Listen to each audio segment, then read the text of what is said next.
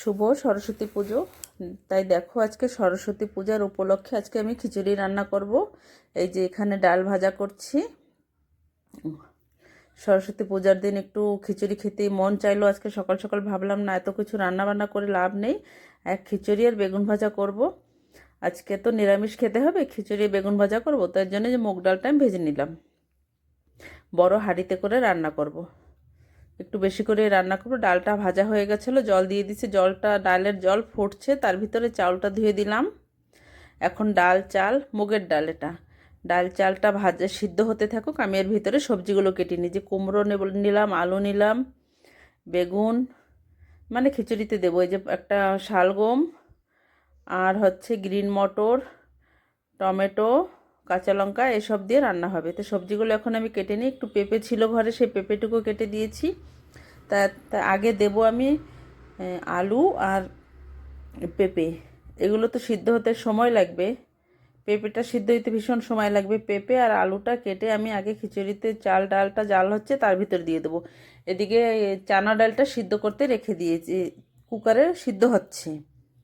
চানা ডালটা সাথে সিদ্ধ করতে দিলে সিদ্ধ হবে না, কুকারে 3-4টে সিটি মারার পরে চানা ডাল সিদ্ধ হবে। চানা ডালটা ওদিকে সিদ্ধ হচ্ছে, এদিকে ডাল চাল ওটাও সিদ্ধ হচ্ছে, মুগের ডাল আর চাল। আর এদিকে আমি আলু আর সবজিগুলো সব কেটে নেব। আমরা এখানে খিচুড়ি করি, আমরা মুগের ডাল, চানা ডাল আর চাল দিয়ে খিচুড়ি করি। আমরা খিচুড়িতে মসুরির ডাল, কান্দুল ডাল এসব দেই না। এইভাবে খিচুড়ি রান্না করলে ভীষণ ভালো লাগে। আমরা যেভাবে রান্না করি অনেক সুন্দর লাগে খেতে। এই যে আলুটা কাটা হয়ে গেছে, পেঁপে আলু কেটে নিয়েছি। এখন শালগমটা কেটে নেব। শালগমটা কাটতে অনেক শক্ত, অনেকটা সময় লাগছে কাটতে। শালগম এই 3টা কেটে এখন আমি ডাল চালের সাথে সিদ্ধ হতে দেব। শালগমের খোসাগুলো অনেক মোটা মোটা, অনেকটা সময় লাগছে কাটতে। বটিতে কাটলে তাড়াতাড়ি হয়ে যায়। বটিতে বসে আর কাটা হয় না, চাকুতেই কাটাকাটি করতে আমার সুবিধা হয়। সবসময় আমি চাকুতেই সব কিছু কাটি, অনেক কম বটিতে কাটি। আমার 2টো বটি আছে, আর চাকু তো অনেক, অগণা চাকু। তো এই যে এখন এই সবজিগুলো কাটা প্রায় হয়ে গেছে। পরে আলু আর কুমড়া, এই বেগুন আর কুমড়াটা পরে পরে কেটে নেব। এখন শালগম আর এগুলো কেটে এখন আমি দিয়ে দেবো। আজকে অনেক দিন পর ইচ্ছা হলো যে একটু খিচুড়ি খাবো, একটু খিচুড়ি খেতে ইচ্ছা হচ্ছিল সকাল থেকেই। তো রান্না করেছি, খিচুড়িটা ভীষণ ভালো হয়েছিল খেতে।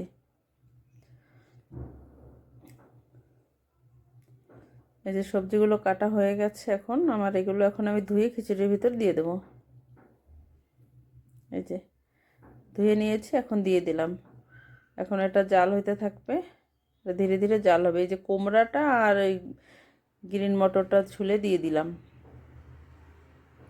হাঁডিটা ভরে গেছে সব সবজি দেওয়াতে। লবণ দিলাম পরিমাণ মতন, আর হলুদ গুঁড়ো এখন দিয়ে দেবো। আর কাঁচা লঙ্কা দিয়ে রান্না করব, তার ভিতরে অল্প একটু লঙ্কার গুঁড়ো দেব। এই যে কাঁচা লঙ্কাগুলো ভীষণ ঝাল, তো অল্প দিয়েছি, লঙ্কার গুঁড়ো আধা চামচ দিলাম। এখন এটা জাল হইতে থাকুক ভালো করে। এদিকে আমি বেগুনটাও ভাজা বসিয়ে দিয়েছি। খিচুড়িতে বেগুনটা কেটে দিলে নাকি বেগুনটা একটু শক্ত শক্ত থাকে, বেগুনটা ভাজা করে দেব। এই যে চানা ডালটা সিদ্ধ করে রেখেছিলাম, আমি চানা ডালটাও দিয়ে দিলাম। এখন সব কিছু জাল হলেই তো খিচুড়ি হয়ে যাবে। কত সুন্দর দেখাচ্ছে। এই যে খিচুড়ির জন্য বেগুনটাও হয়ে গেছে ভাজা, বেগুন ভাজাটাও খিচুড়ির ভিতরে দিয়ে দেবো।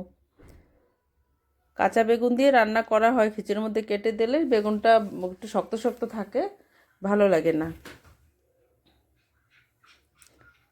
এখন এই যে ফোড়নের জন্য আমি শুকনো লঙ্কা, 5 ফোড়ন আর তেজপাতা এগুলো নিয়েছি, এগুলো ফোড়নে এখন দেব।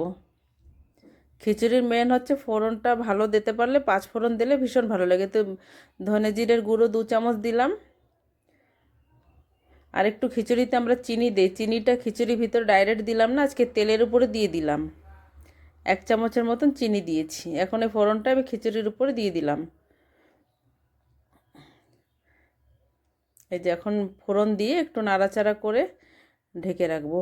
এই যে খিচুড়িটা প্রায় হয়ে গেছে। ভিডিওটা ভালো লাগলে একটা লাইক, কমেন্ট, শেয়ার করে দিও। আর কে কে খিচুড়ি খেতে ভালোবাসে আমাকে কমেন্ট করে জানাবে। দেখো কত সুন্দর হয়েছে। একদম পারফেক্ট খিচুড়ি হয়েছে, খেতেও ভীষণ ভালো হয়েছিল। তোমরাও এভাবে রান্না করে খেয়ে দেখো, খিচুড়ি ভীষণ ভালো লাগবে। এই যে বেগুন ভাজা